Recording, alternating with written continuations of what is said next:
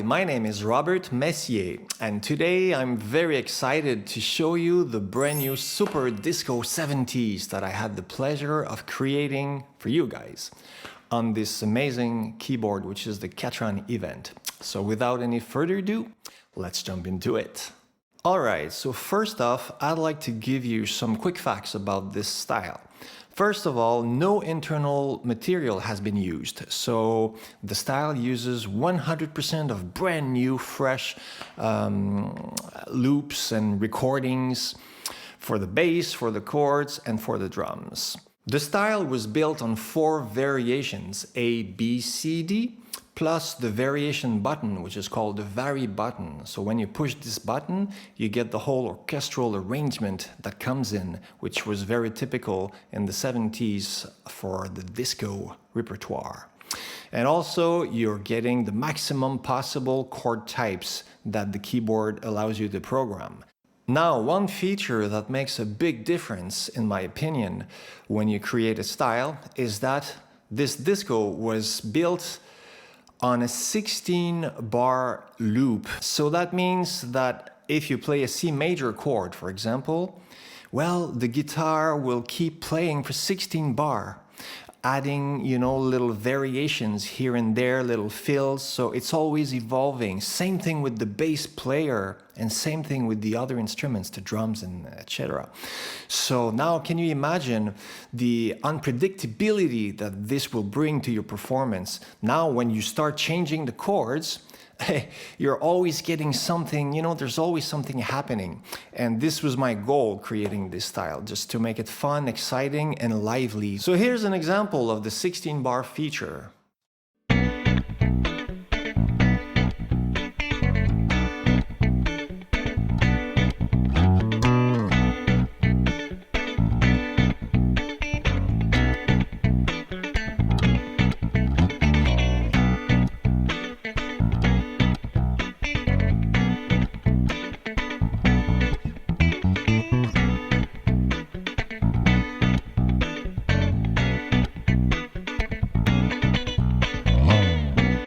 Now B major 7th.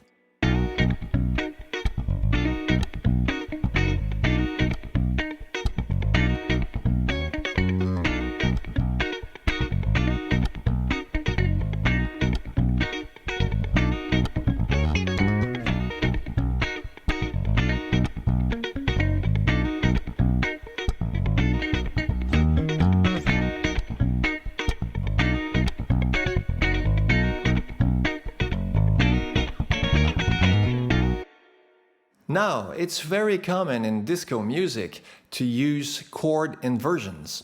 In other words, you play a C major chord and the bass will play something else, like a B or whatever.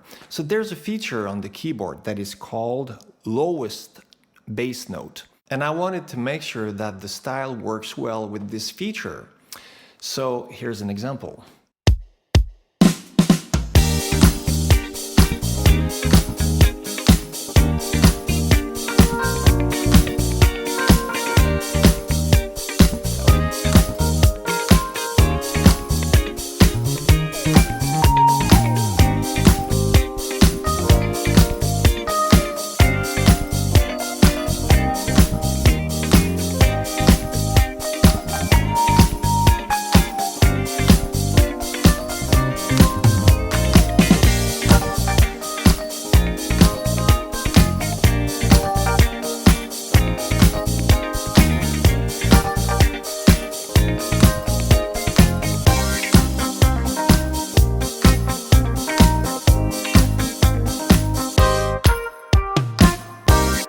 Now I'd like to take a moment and talk about the difference between a MIDI style and an audio style, because there's a huge difference which most of you understand, but I would like to give you my impression of it, as a style creator myself. So back in the days when I used to program MIDI styles, it was very, not easy. But it was something that could be done within one day, because it was me, myself, and I at the computer using only the sounds provided by the keyboard. And then I would program, for example, let's say a disco. I would program the bass, the chords, the guitars, using, the built-in sounds. And I would program everything in MIDI in C major. And then the keyboard has algorithms that will alter some notes according to the chords that I play later on. So for example, if I program in C major, later on, if I play a C minor chord, it's basically my same arrangement that is being reproduced, but the algorithm will just alter the third. So it will change the E note and make it an E flat note, creating the C minor chord. But it's the same arrangement, it's the same MIDI performance. And same thing with intros and ending. If I programmed an intro in C major, well, if I play in the key of E, well, this intro will just be the same as the one in C, but transposed 2 steps higher. But now, with the real audio chords, this is a completely different thing. Because every single chord that you play comes from a single performance of a real instrument. So in this case, if you think about it, when you play a C chord, it's a certain performance on the bass, on the guitar, and the other instruments. Then if you play a D chord, nothing was transposed. It's another performance on 16 bars. And same thing with intros and endings. If I play an intro in the key of C, then I have to redo it completely with the musicians in the studio. And so the easy way would be to repeat the same musical ideas for every intros and endings. That's a time saver. But at the end of the day, I want people to enjoy. And I think that the more material you give, well, the more inspiring the pattern becomes. So you will notice that in each key, you're getting a different vibe, a different intro, a different ending that will suggest different songs. So let me give you an example of this. Let's hear some of them.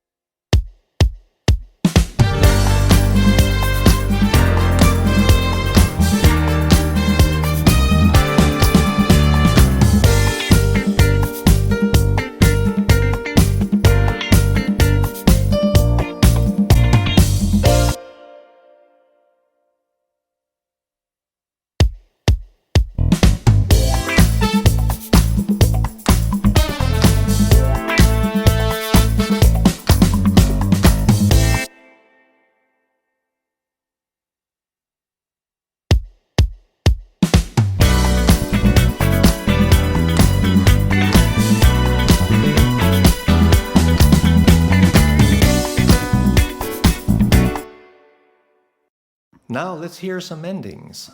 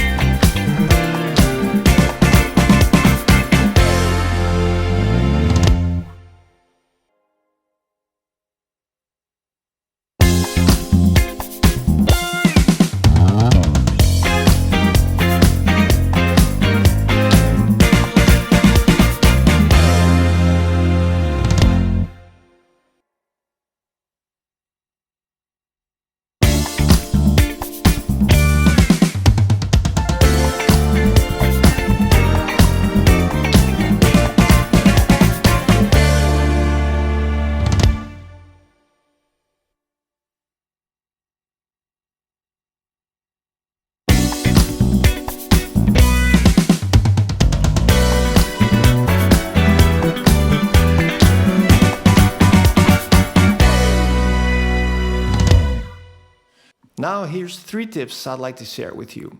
I personally like to take or to bring the volume of the drums down a little bit with the slider on the panel.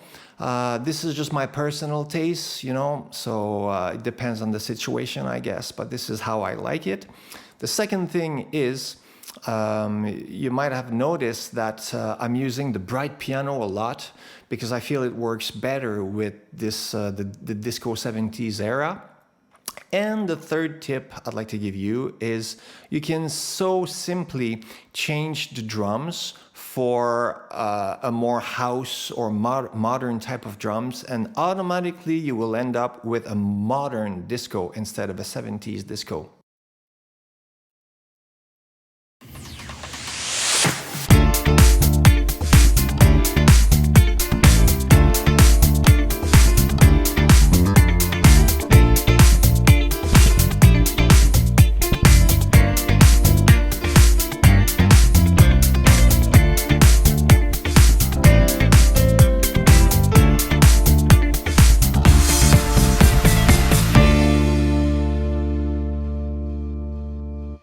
So there you have it. You know what? Creating a style like this is a lot of fun, but it's a lot of time as well. You know, it's those days where I could wrap up a MIDI style in one day are gone. We're talking here weeks of work and hiring professional session musicians, planning everything, fixing everything. So at the end of the day, when the style is done, and I can simply relax and enjoy having fun with it, it's a fabulous moment that I hope you will get to experience as well. You can find this style on the Ketron website, ketron.it, and I hope to see some of you on YouTube having fun playing the super disco 70s. So don't hesitate to share the video, to comment down below, to give it a like if you liked it, and take care and see you in the next one.